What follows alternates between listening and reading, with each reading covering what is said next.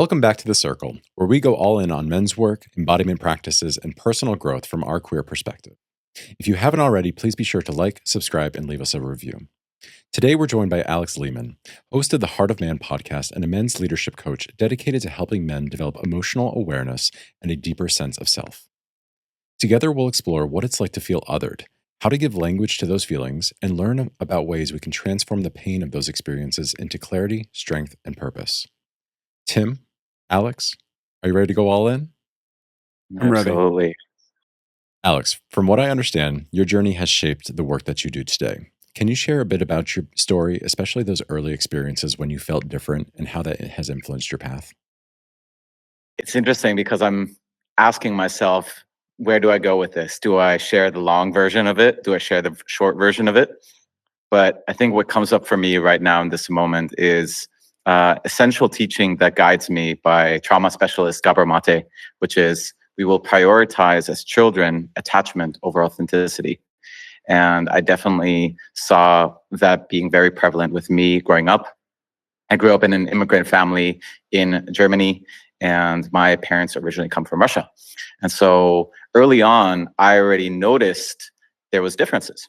There was differences in our behavior. There was differences in terms of the language that we were using. There was difference in the norms of what was okay and what was not okay.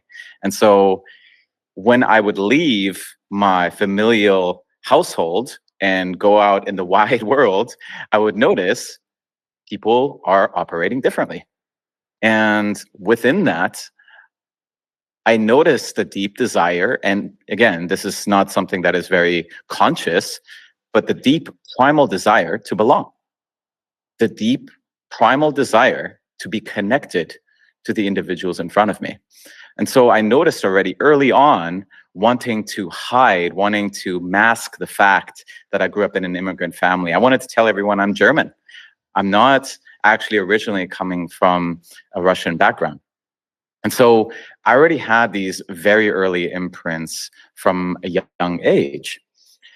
Now, one thing I might want to add here that I think could be valuable for the listeners, at 10 years of age, my life changed radically from one day to the other when we, as an entire family, moved and immigrated to Canada.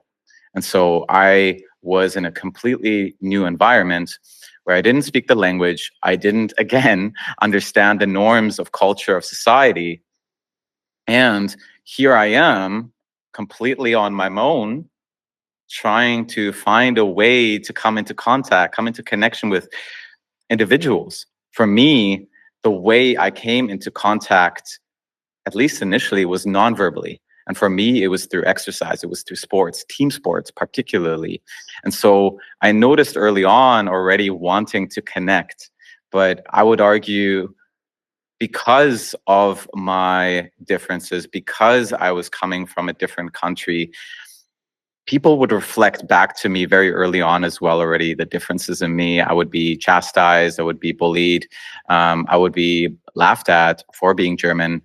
Eventually, I would be laughed at for my appearance. And so I already noticed in there that self-consciousness began to kick in, right? This strong attention towards myself, whereas in the past, it was just something that was not even thought of. And so as the experiences that I had accumulated over and over after time, I noticed more attention being directed towards me, which led to an increase and an accumulation of shame. And I would argue internalized shame particularly, which eventually led me to isolate myself very deeply. The first quote that you shared, attachment over authenticity. Mhm. Right. So like as I hear you talk about like the different ways in which you started to maybe hide yourself or start to shift chameleon in the attempt to attach and in an attempt to connect, right? It really started to repress your authenticity, and then you started to going into shame. So did I understand you correctly in kind of that? That is absolutely it, right? And I would say I would argue that is the conditioning we all receive. We subconsciously, covertly, or overtly receive messages around this aspect of you is okay, this way of operating is okay, that is not. We will praise you for this, we will punish you for that. Right. So this survival mechanism that we have as humans as a communal species is that if we are not in the group, we are vulnerable and almost certainly going to die. Right. And so Mm, this concept of the difference between fitting in and belonging, and I mean, we've all heard this, right? The opposite of belonging, Brene Brown, right? The opposite of belonging is fitting in, because belonging is um, showing up as your full self, but fitting in is molding yourself into what I think you need me to be in order for me to stay here. But I think I think many people listening can relate to that experience and this idea of, well, we shouldn't beat ourselves up for that because we're trying to survive. We're trying to mm, to not be other, to not be beat up, to not be ostracized, to feel like we can be here. So I mhm. think that we can relate intensely to that idea of I am willing to forego aspects of myself so that I am not isolated or othered. Yeah, it starts to serve a purpose, but at what effect long term? And I think, Alex, that's what you were about to start talking about is like the long term effects of this type of hiding of self. Completely. Yeah.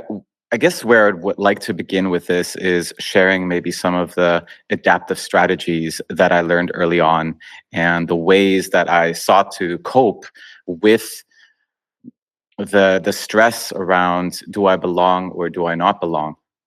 I think from an early age, I cultivated a depth of sensitivity, and it's almost like my environment demanded it of me. So I became very attuned to my environment. I felt like I needed to be the caretaker for other people's experience, manage their emotions, be the savior to some regard as well. I became the perfectionist. So I sought to make everything perfect because if I do well enough, then I might not be ridiculed, I might not be shamed, might not be chastised. I sought to overachieve with everything that I was doing. So I was seeking to prove myself. And at the core of it, I wanted to be validated and approved for my value, for my worth. I became a nice guy, right? I sought to appease the people I was with and make them happy.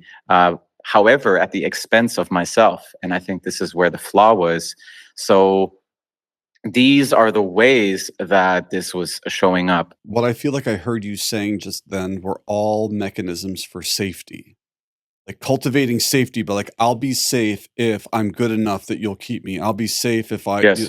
yeah, so the feels like the root of what you just shared was I'm really trying to keep myself safe, and I'll do that by being amazing, being super helpful. And I mean, I just watched the thing about highly sensitive people who were as children very attuned, and they create more mirror neurons in their brain and nervous system because they are like, I'm looking to see what you need, be hyper aware of any shift in you, and there that can be like a superpower. It can also be a real burden because then Absolutely. you're easily overwhelmed because you're like, I'm aware of everything Right. that's happening. Right. In the beginning, it can be helpful because it is serving a safety, right? It is trying to keep you safe.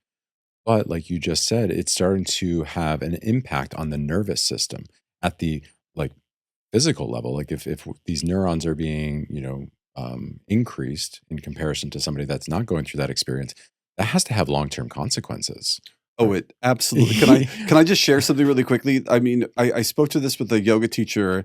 I have a real fear of well, I have a dislike Mhm. of bugs. They're tricky. But here's the thing that like my nervous system is I can be in a dark room watching TV, falling asleep, and I'll see something, I'll be like, "Boom," and, like, I will notice, like, the one bug in the room, right? And this yoga teacher that I worked with, she was like, "That yeah, it's not in my karma to see that." She doesn't notice those things, and I was like, "Oh, it's a karmic thing." Now I believe it's actually a nervous system thing where I'm like, "Oh, I was so hypervigilant because of things," and it sounds like a similar situation with you, Yes. customizing or creating a hypervigilance that now I'm like, well, the reason I see the bug is because I'm always looking for danger. And my nervous Mm. system is now trained to do that. to this day, even though I feel like I've relaxed, if there's a bug in the room, I will almost certainly be the first one to see it, and I'm not going to love that.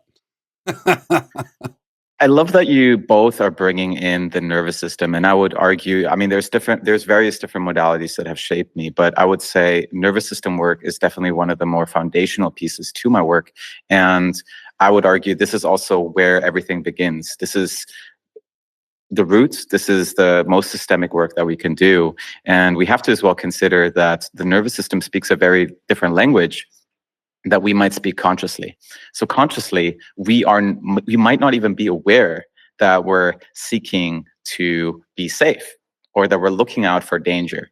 But this is exactly what the nervous system is dialed in to do. I mean, for millennia, this system has sought to keep us safe. And so as a result, we will look out for danger. Now, the question is what I'm seeing as dangerous a perception, a perceived threat, or is it actually a real threat? Exactly. Is the bug in Tim's bedroom out to get him? Well, or yeah. And it goes to that book, Why Zebras Don't Get Ulcers, right? Like, what is the threat? And my perception of that threat can have an impact on how I deal with it. But as you know, if I perceive the rent payment, the work deadline, the tough conversation with my partner, whatever, as a real threat, our physiology will respond to it as such. Our nervous system, our endocrine system, so it becomes a practice. Would you argue like we have to practice working with our nervous system and our physiology when we encounter threat, stress, whether it's real or not real? Absolutely. And the question that as well arises is, well, how do we work with our nervous systems to do so? Would it be valuable to maybe share some thoughts on that? So for a person listening right now and they like, oh, I want to begin working with my nervous system. I want to start to gain some tools. But I've never done it because the three of us, we've all done like different kinds of men's work and yogic work and shamanic work. What would you say to someone? Oh, I'm listening and I want to do it. Well, where do I start? I would say the foundational place to begin is with the breath. Absolutely. So I just want to pause here and just say that. So, wait, should we pause and take a breath? we can absolutely do that. Yeah. Deep inhale. Exhale through the mouth. Beautiful. Yeah. So toning using sound as well in the exhale is a wonderful avenue to as well access a regulating, relaxing response of the nervous system. So there's various ways for us to address a relaxation response within the nervous system. One could be breath, one could be movement, one could be sound, one could be touch. Cold exposure as well can be absolutely wonderful to bring a relaxation response within the body. So those are some cues as well just to watch out for. But I think for anyone who might not be aware of such things, the breath is one of those foundational ones. And it also really depends on where one's default is. Is one's default more towards anxiety, or is it more towards apathy and lethargy? So within that, my answer will be nuanced, meaning that if someone has a bit more of an anxious default or a more dysregulated, actually, truthfully, both states are dysregulation, but if someone experienced more anxiousness, I would focus more on regulating breath practices, meaning the focus is going to be towards the relaxation response, focusing on extending those, elongating those. If someone struggles with apathy and lethargy, I would focus a lot more on the activation, the inhale response, right? So I think those are some cues that I would just want to point out, but I would argue working with a practitioner or working with someone who has a foundational understanding of the nervous system is usually a great place to begin. So just to summarize what you heard and what I've often said, I just want to make sure that we're in agreement here. If someone is activated, anxious, stressed, and they're looking to try to calm that down, turn the volume down, relax a little bit, you're gonna invite them to extend their exhale. But if someone is sluggish or low energy, you're going to invite them to accentuate or elongate their inhale as a way. And that's what I will tell people. Like if you want to relax, longer exhales. If you want to wake up, longer inhales. Is that sort of what you're saying? Yeah, absolutely. Yeah, it can be quite simple as such. Really, really simple and powerful. I think that's the thing I want to remind people who are listening. It doesn't have to be super complicated. It doesn't have to look like it's at the top of a mountain. You don't have to have a special outfit or crystals around you. All of those things are great. And I have special outfits and crystals, but you don't need it. You can be in your car or on the subway or on the bus. And if you're feeling anxious, start to lengthen your exhale. If you're feeling sluggish and you need to activate, you can start to lengthen your inhale. You can do this and no one even has to know you're doing it. Absolutely. Yeah. Yeah. What I would also just want to add as well is, I used to experience a lot of chronic anxiety, depressive tendencies. I experienced a lot of internalized shame from myself. And so as a result, I experienced low self-esteem. And in the aftermath, what I can now say is that I was very much ejected from my body. I was disassociated from my body. I was not in contact with my body. And so as a result, I was not even aware of what's present within my body. And so the breath, and if we just focus on the breath, if we can just as well focus on the sensation of the movement of air moving through our body, this is already a doorway where we can begin to bring our access back to the body. And I would say this is as well the place from which I've as well experienced myself to really be able to work with these responses.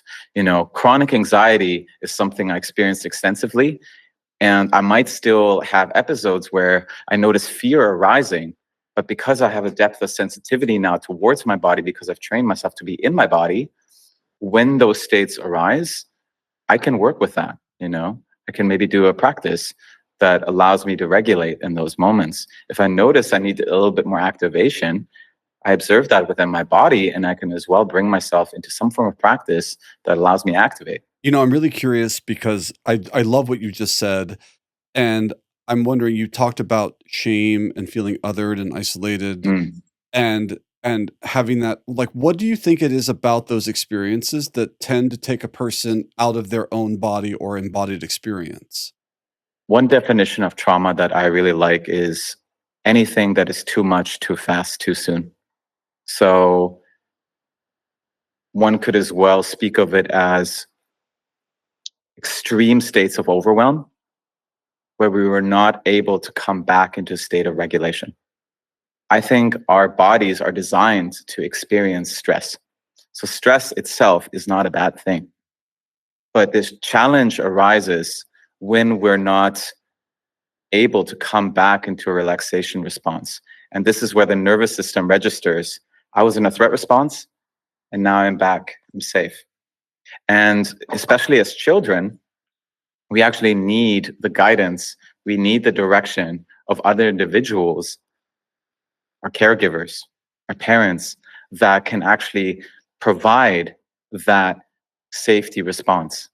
We need to be able to express the experiences and the way an experience has impacted us. The unfortunate thing for many individuals is they are not effectively held through such experiences.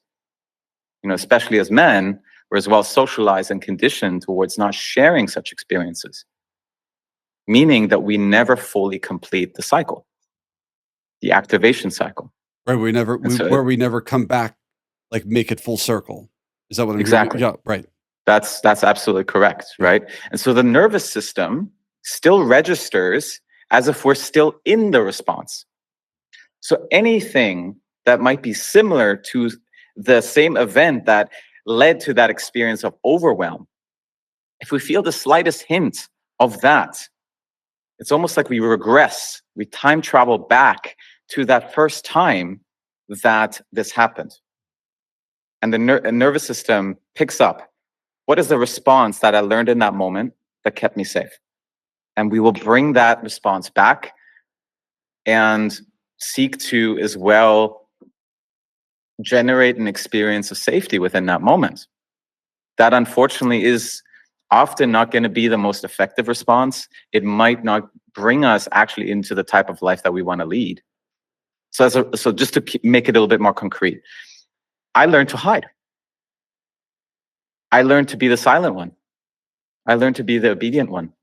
So when things feel threatening to me, when things felt threatening to me in the past, I learned, yes, absolutely, just the way that your body kind of represented it. I stiffened up, I tightened up, and I tried to make myself small, whether it was through my physiology, energetically, and I didn't want to be seen. I wanted to be invisible, right?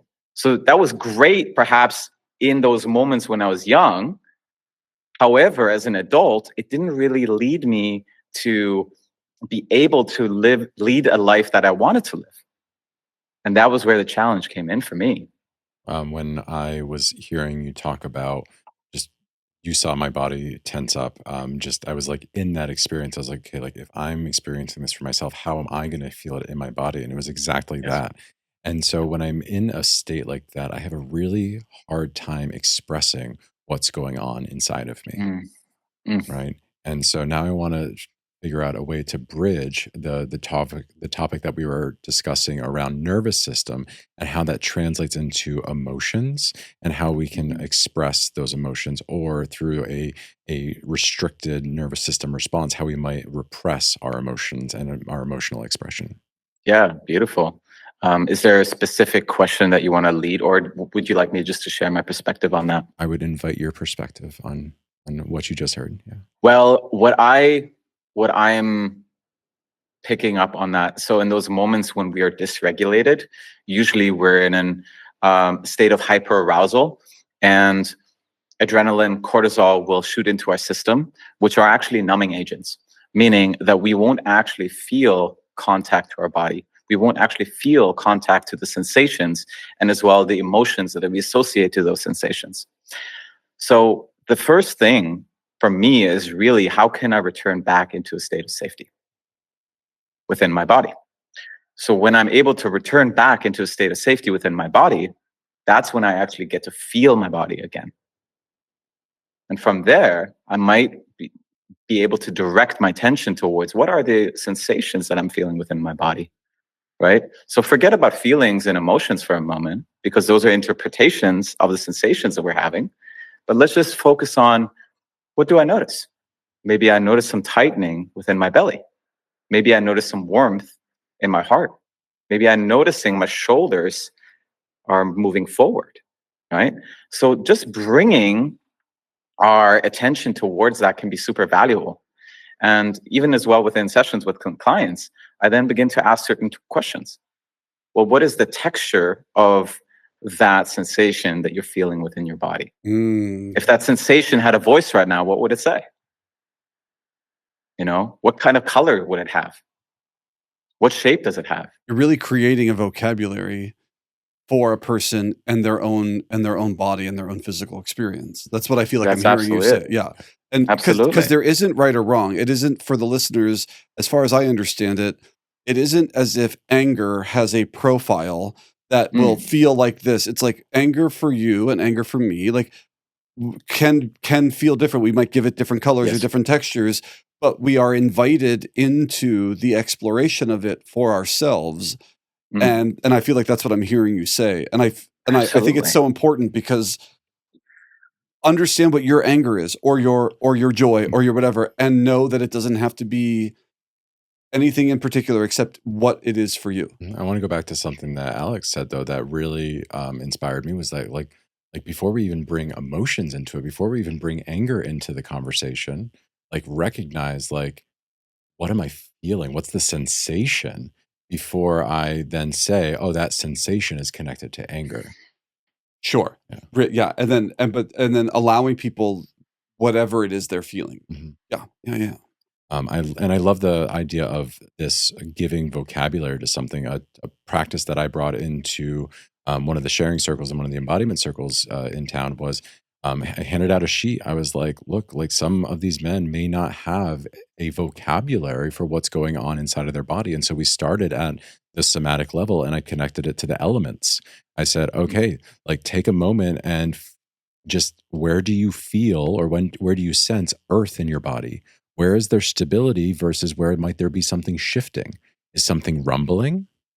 Mhm. With water, is there wetness? Is there dryness? And just starting to give a little bit of clues to folks to be able to say, like, oh, okay, these are words that I know, right? And now I can kind of start connecting them, because, like, I can only speak from my experience. Like, I was 35 years old before I even understood that, like there were more emotions than like happy and sad, right? Like, I had more ways to insult people and call people bad names than I did Mhm. words for my own bodily sensations and emotions, right? Like, and yeah, so just like being able to work with people and be like, hey, like, what's the texture?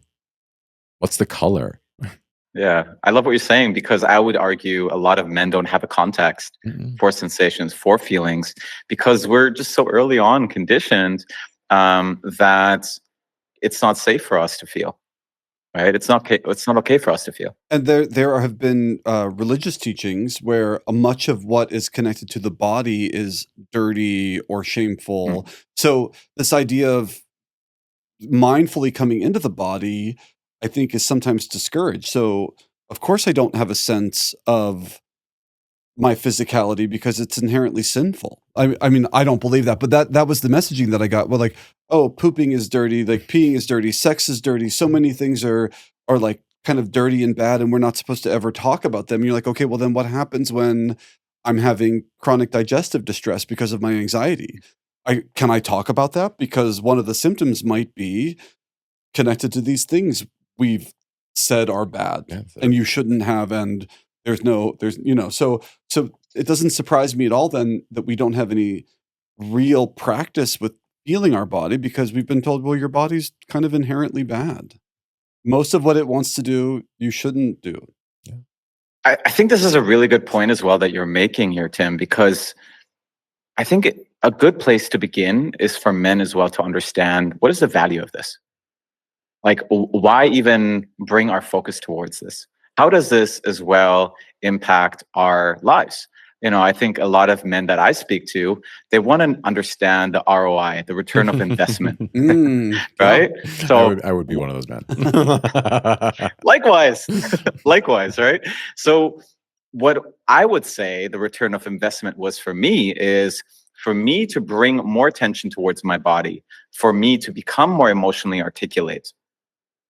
It supported me actually to lead my life in empowering ways. And it would as well bring attention towards what I'm feeling. And so I can actually as well metabolize what I'm feeling. Just consider that we're kind of like sponges. And, we're walking through our lives, we're walking through the day, and we're impacted by our experiences. And very much like brushing our teeth, we also need to tend to our emotional hygiene. Mm. Now, the issue is, we're not taught that this is actually a value. This is something that is important for us to do. Now, what happens when we don't do that? Our emotions, our emotional expression, it accumulates over time. We eject out of our bodies because it's not safe to be in our bodies anymore. We become very analytical. So we're very much in our kind of like cerebral context as a result of that. And so within our system, within our nervous system, we won't actually feel that sense of safety. And so this is where we will actually experience chronic states of anxiety. Mm. This is where the coping mechanisms start kicking in. And I would argue when we're coming from those places, we're not actually coming from powerful places. We're coming from propped up places. And so for me to show up in an empowered way is really about addressing what's here, metabolizing what's here, so I can really show up to this moment in a clean way where I'm not projecting my past experiences into what's here. And Mm. I go back to the quote that you shared in the beginning. It's moving from attachment to authenticity, Mm. right? Like being back in your body, being back home, being back as part of your full expression, full experience, and the beauty that that can bring to the world, right? And to others, to yourself, right? It's such a gift to come back home to yourself.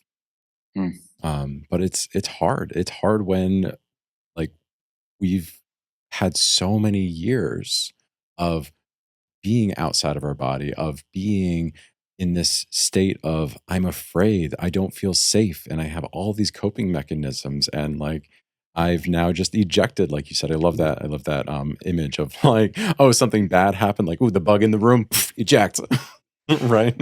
I've had this experience. I feel like honoring our authentic experience is one of the ways that we can move in this direction and start to heal. So I have two stories for you. One, so I also had experienced chronic anxiety, little gay queer boy, keeping it closeted, and I just had digestive, like my stomach would cramp and hurt so badly. And I remember one time I was in New York City and I got into a cab. I was rushing home because I was in so much pain. And I got into the cab and I just for the first time kind of screamed. I'm like, it just hurts so bad. Mm. Because I was like, I've been doing this for 12, 15 years, and and I'm embarrassed, and I'm rushing home in a cab I can't afford, and it hurts so bad. And as soon as I said it hurts so bad, half of the pain instantly disappeared. And I remember sitting in the back of the cab and I was like, wait, what, like, and I'm like, oh, I just claimed part, like, so owning my authentic experience, which is I'm in a lot of pain, because what I was doing prior to then is trying to pretend so no one knew. So same digestive issue, and pretending like I'm fine, nothing's wrong. And it shifted. And the same thing, the second story was when I auditioned for my second Broadway show, and I finally had just had enough, and I walked in to sing, and I was like, "You're never supposed to do this," but I'm like, "I'm just really nervous, everybody." Mhm. I just told them. I'm just really nervous. And then immediately something shifted, and of course they were all so nice to me. And then I sang my song. I probably sang it better because I had said that, even though you're not supposed to do that. So if you are auditioning for Broadway, do not tell them you're nervous. It's like not what they're interested in. But it worked for me because it was my authentic. Like it was more authentic than the thing I was trying to pretend to be. Yeah, I love that. Thank you for sharing both of those stories. Very intimate and vulnerable stories, and I appreciate both of those. I mean, like just the acknowledgement of them is really powerful and beautiful. So thank you for sharing. And um, I've actually received the opposite advice of like you said, like if you're going out for that audition, don't tell people you're nervous. And I've actually been told that like during interviews, like I guess I'm just gonna talk from corporate America standpoint, that it's Yeah. like if you're giving a presentation or you're in an interview, acknowledge your feelings, acknowledge your experience, because it makes you more relatable.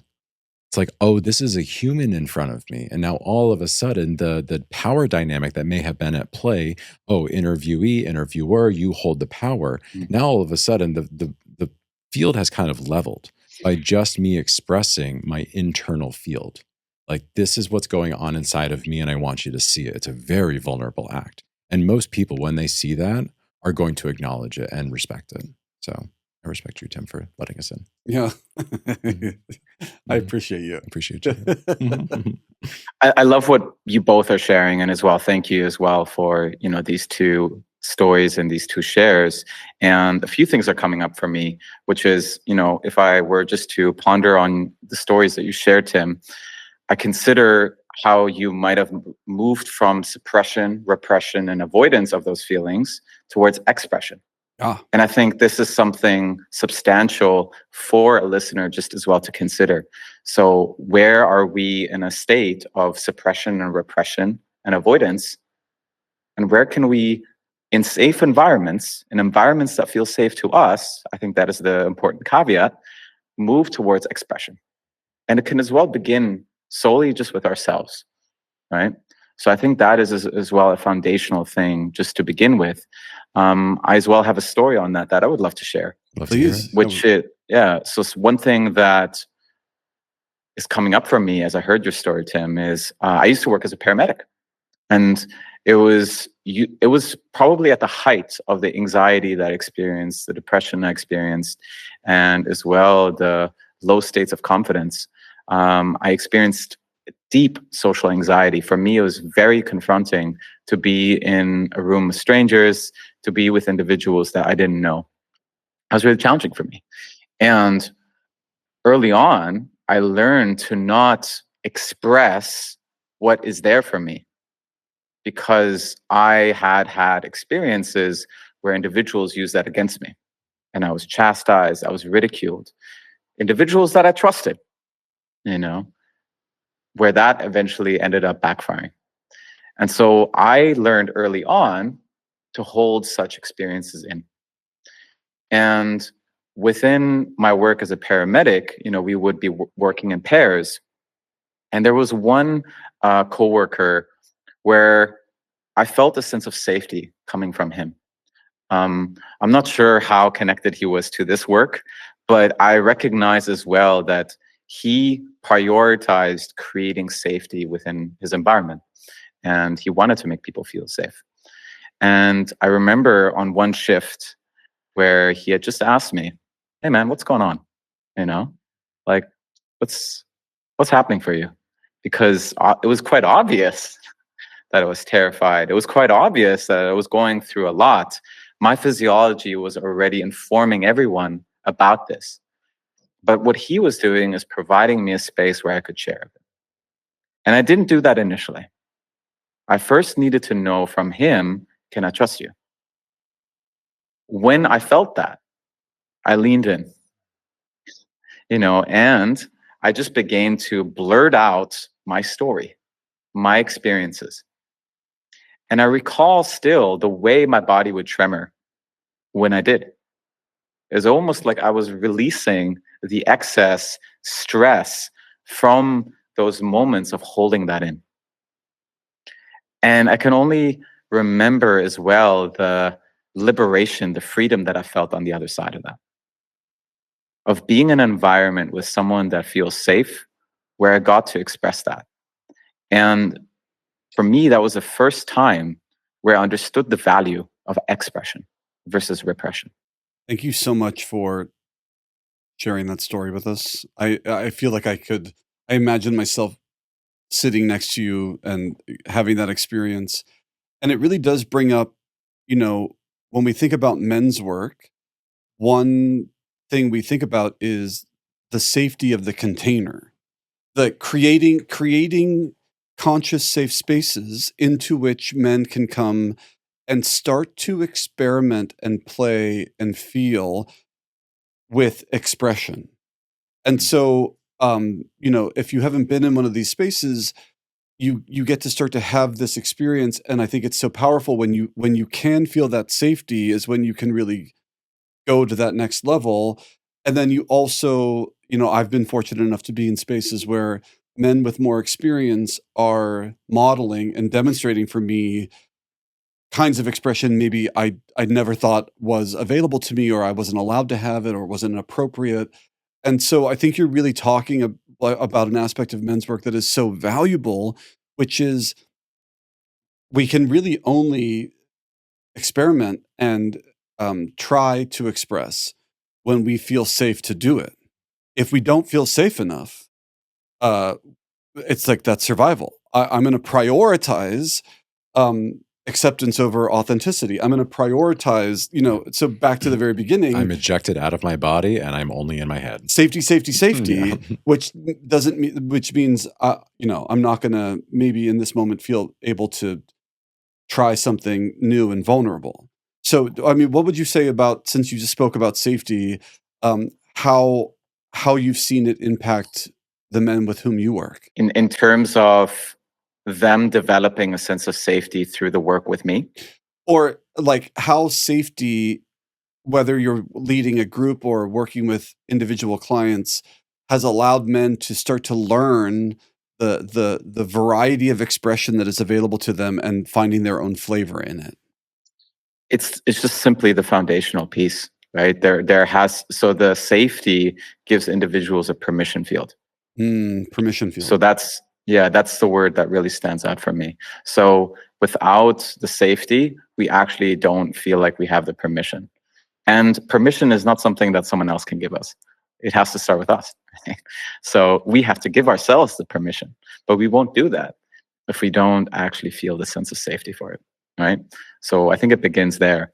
And environment plays such a critical role for that, right? So I think for anyone who's listening in who is at the effect of all the conditioning that they have received, and as well simply don't feel safe, my curiosity to you is, what are the environments, what are the places where you can go, where individuals might be speaking a different language, where there's a different message that is communicated, where, yeah, your authentic expression is actually not just welcomed, but it's encouraged. Can I pause you there for a second? So one of the missions of this podcast, especially in this moment, is that, there are queer people all over our country who may not be feeling safe or seen or feel like they have communities or resources.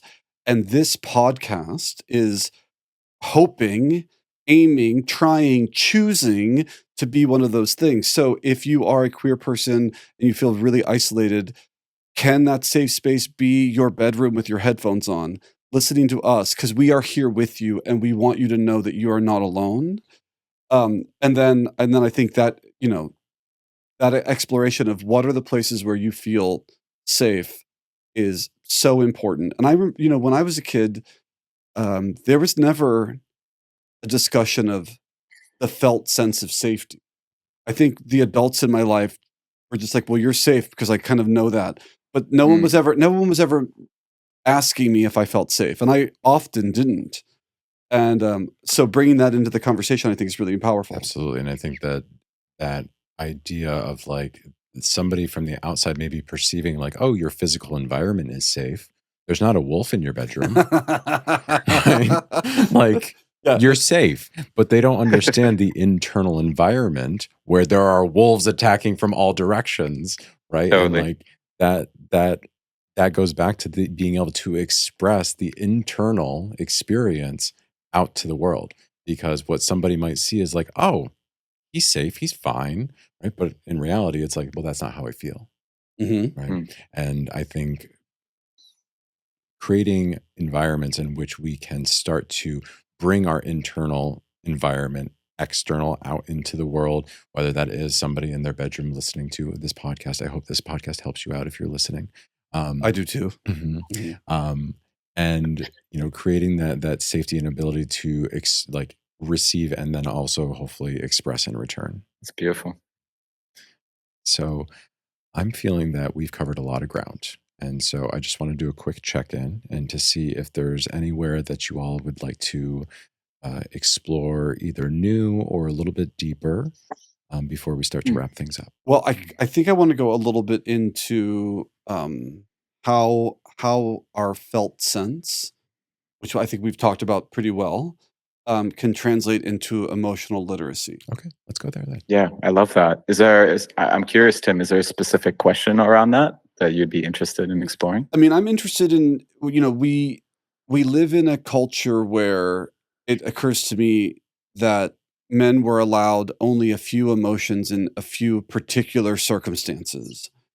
And we are learning now through men's work that in order to engage fully with your partners, with your children, with your communities, with your colleagues, a broader understanding of your emotional state and how it impacts you is really powerful. So if I'm a man who wants to step into that powerful, authentic expression, but I have existed in a world where I don't have a context for that, how do we start doing that? Yeah, it's such a great question. I think, first of all, being in environments with individuals who might have that emotional literacy is foundational to begin with, meaning that we need to have a context for something that we don't know about, right? We don't know what we don't know. So being in environments with individuals who can bring awareness to the things that we don't know is absolutely foundational. And I think as well, giving us some form of structure or some form of direction, some form of guidance for us to start bringing awareness towards our bodies is as well foundational.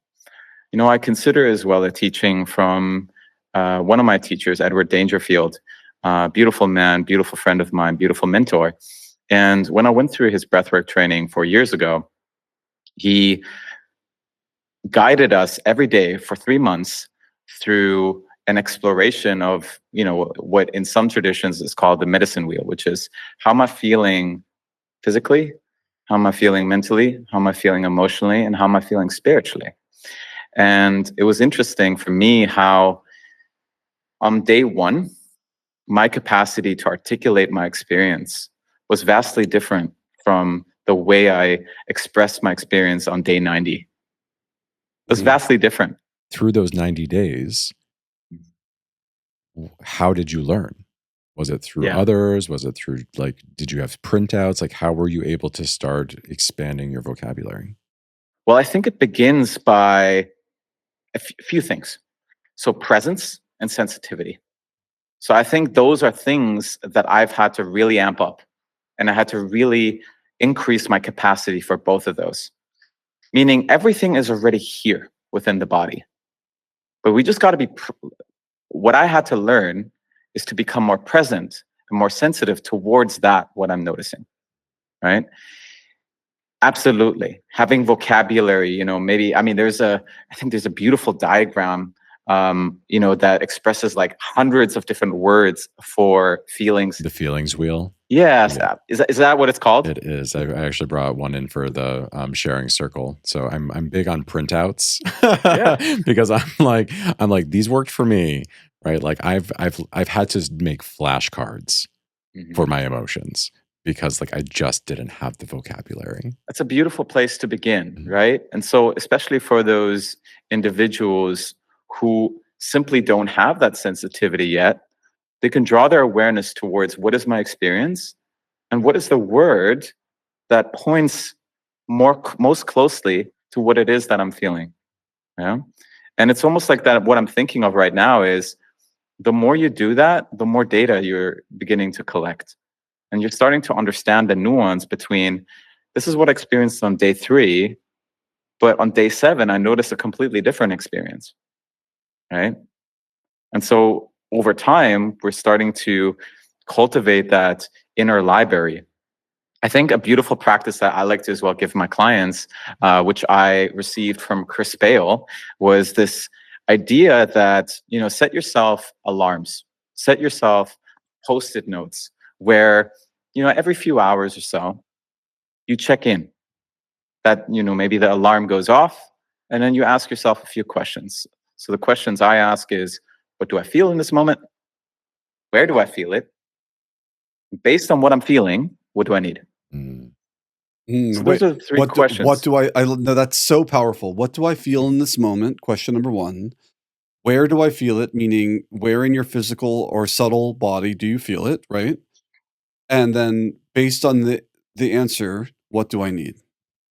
Absolutely. Simple and powerful. I'm gonna incorporate that. Yeah. And then we added in an additional layer of vocabulary of needs and like understanding human needs and like, okay, like, from physical safety all the way up. It's like that can be another episode or another conversation, Yeah. in my opinion. Right. So like I think it's a really beautiful practice that, just keeps, with the intention of like studying. Right. And this is where like me as somebody that was trapped in my head for a very long time, I needed things that would help bridge the gap from my thinking and the things that I excelled at, which was academia and business and all these things. I needed a bridge to help get me into my body. And part of that is like studying vocabulary, studying words, so that I then can be like, okay, like let me look at my wheel. Like this seems like it's the most related thing to me right now. And if I don't understand it, maybe I need to look it up. Right. And I do the same thing with like needs, because there's also a needs wheel that you can like look around the outside and be like, what is it that I might be needing? Like Mm. when I'm talking to my therapist, I'm in weekly therapy because, got a lot of shit to unpack. Like that's my big struggle a lot of times is like, I don't know how to express. I don't know what I'm wanting. I don't know what I'm needing. And I don't know what I'm feeling because I don't have the words.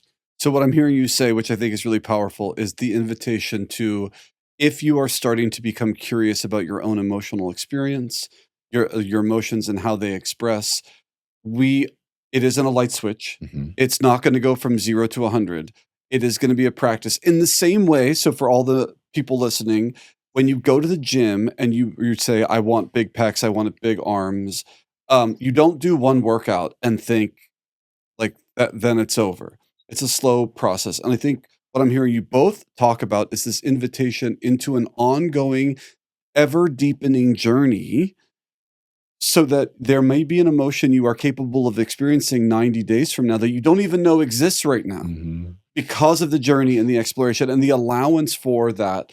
And I think men really do need permission to have that messy journey of discovery, feeling a thing and being allowed to call it something, and then 2 weeks later realize, oh, it's actually something slightly different, because I had to sit with it and wrestle and like put a name on it and then change that name. And um, like inviting people into like a messy process in the direction of growth. And the image that's coming up for me now is gardening. I'm like, oh, you plant a garden, you get dirty when you plant a garden. But later there are tomatoes or pumpkins or whatever you're Or growing, beautiful begonias. or yellow roses, like whatever the thing is. But the process of making that it required that there was like a little bit of messiness and dirtiness to it.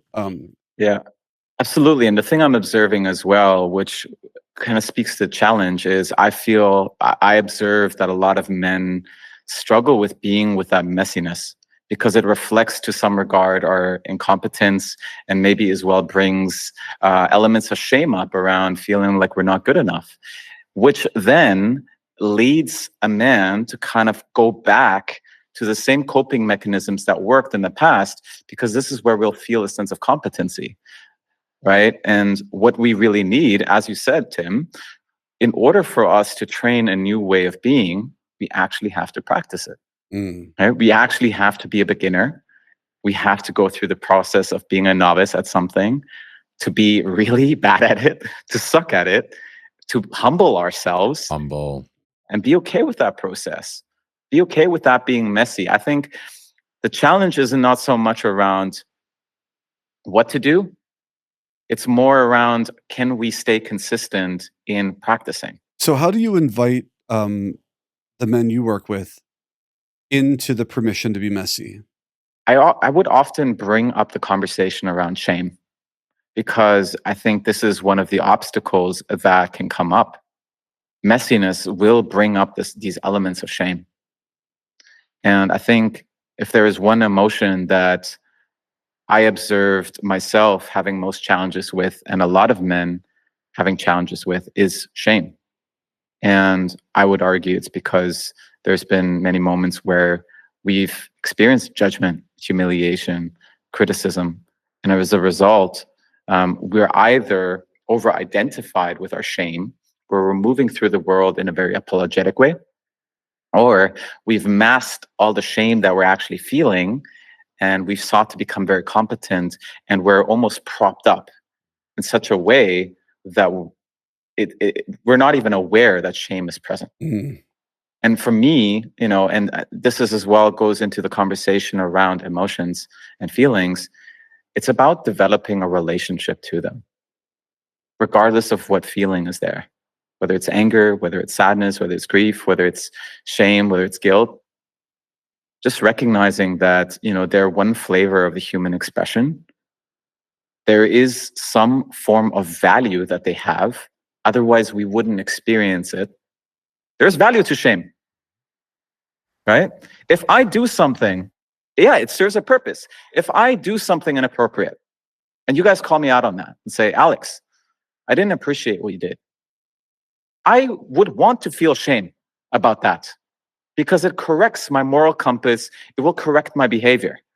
If I didn't experience shame around that, like this is where we're getting into the danger around sociopathy, psychopathy. So we would want to feel shame about that. The challenge is where we internalize that shame. And we hold it for far too long. Yeah. Yeah. Brene Brown says this, right? It goes beyond, I did something bad, to I am bad.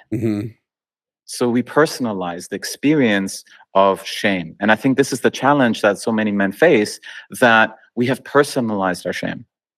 We've made it mean something about us. I'm so glad that you're bringing it up, because shame is such a cornerstone challenge for queer people. Shame is the thing that, talked about the Velvet Rage. Shame is a major factor that we have to wrestle with and confront if we want to move into our authenticity and full expression. And it's also sad but comforting to recognize like a lot of people are wrestling with this. So if we can have places and conversations like the one we're having now, like, oh, well, we can talk about our shame so that we're not all so burdened by it. We're not all suppressing our truth because of it. And instead, maybe slowly but surely, bit by bit, making our way closer and closer to being free of that shame by being able to look at it and recognizing I'm not alone. I'm not alone in feeling this shame. That person over there who I love and respect and have maybe idolized or put on a pedestal, like people that I think are incredible, have also had this experience. And therefore, we're all allowed, again, back to the messiness, we're all allowed to get a little messy to figure out and work through our shame in service to our authentic expression, happiness, and joy. I'm feeling very connected and not alone in this conversation by being with you two men and hearing your stories and being able to share my own stories and allowing you to see a little bit more of what's inside of me and starting to see a little bit of what's inside of you and what's inside of you. And it really does start to like help me at least feel connected. And I feel very connected right now. And I, I just the invitation for everyone is like just let people in just a little bit, right? Mm. Go to that audition and tell people you're nervous if that is your true like sensation, if that's truly what's alive inside of you. Let people know what's alive inside of you and see what happens. I think what's alive for me that I would just maybe like to share as well with the listeners is having the courage to be seen. I think this is such a fear that if we truly show ourselves, if we truly reveal ourselves and our experience, that we might not be accepted for that. And what I noticed in my experience is through continuing to hide my experience, I actually perpetuated the feeling that people don't matter, that people don't really care, that I don't matter, that I'm disconnected, that I'm all alone. And again, I want to emphasize in environments where you feel that sense of safety, where you feel like the individual in front of me can hold my experience, I trust that. What if we allow ourselves, what if we give ourselves a permission field just to reveal our experience slightly and see what happens? Can the person meet me? All right, I'm going to give them a little bit more. Oh, they're meeting me even more. Great, I'll bring a little bit more. Right? So I think just working, it doesn't have to be, this is me. In trauma therapy, we often speak about titration, right? Going 1 foot into the discomfort while having 1 foot sourced in safety. So I think this is really an encouragement that I want to bring to the listeners. How can you lean into that edge of discomfort around the fear of perhaps revealing and showing your experience to those individuals that you might trust, and see if you can lean in and notice how you feel on the other side of that? Generally, I felt more expanded. I felt more liberated. I felt more connected. And see what happens then. Beautiful. Beautiful. I feel very complete. Do you feel complete? I feel complete. Likewise. I appreciate you both. Appreciate you too. Tim, will you take us out, please? I will. Let's close our eyes, take a deep inhale through the nose, sighing through the mouth. And it is with deep appreciation and gratitude for the insights, the awarenesses, the understandings, and the connection that we shared here that we now release the archetypes in the spirit. And as we leave this circle, I wish everyone safety, community, brotherhood, and love. And with these words, our container is open but not broken. Aho. Aho.